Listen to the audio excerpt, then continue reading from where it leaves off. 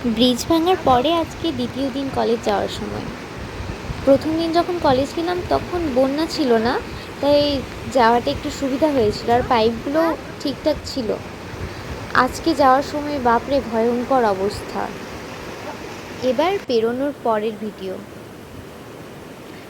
পাইপগুলো এত বড় বড়, আর ওই ডিঙিয়ে ডিঙিয়ে আসার সময় প্রচণ্ড ভয় লাগছিল, তাই ভিডিও করা যায়নি। আর জলও দেখে মনে হচ্ছে খুব অল্প জল, জলের টান নেই সেরকম, প্রচণ্ড টান জলের। ওই অল্প অংশের মধ্যে অনেকটা জল আসছে বেরিয়ে। এই যে আবার শুরু হলো রাস্তা, একদম স্বল্প মতো রাস্তা, নিচের জলের দিকে তাকালেই মনে হচ্ছে মাথা ঘুরছে।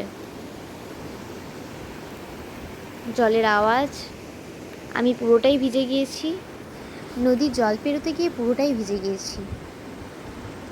আবার এই শুরু হলো রাস্তা, একদম ক্ষুদ্র অংশ জয়েন্ট হয়ে আছে। নিচের পাইপের মাঝে মাঝে যে জল পেরোচ্ছে সেটা দেখতেই মনে হচ্ছে ভয় লাগছে যদি পড়ে যায়। পাইপে ডিঙিয়ে ডিঙিয়ে পেরিয়ে আসার সময় ভিডিও করতে পারিনি। এই যে বাঁ সাইডে অল্প জয়েন্ট হয়ে আছে, এগুলো দিয়ে পেরিয়ে আসতে হচ্ছে, প্রচণ্ড ভয়ঙ্কর। তবে এর পরের রাস্তাটা মোটামুটিভাবে ভালো, পেরোনোর যোগ্য।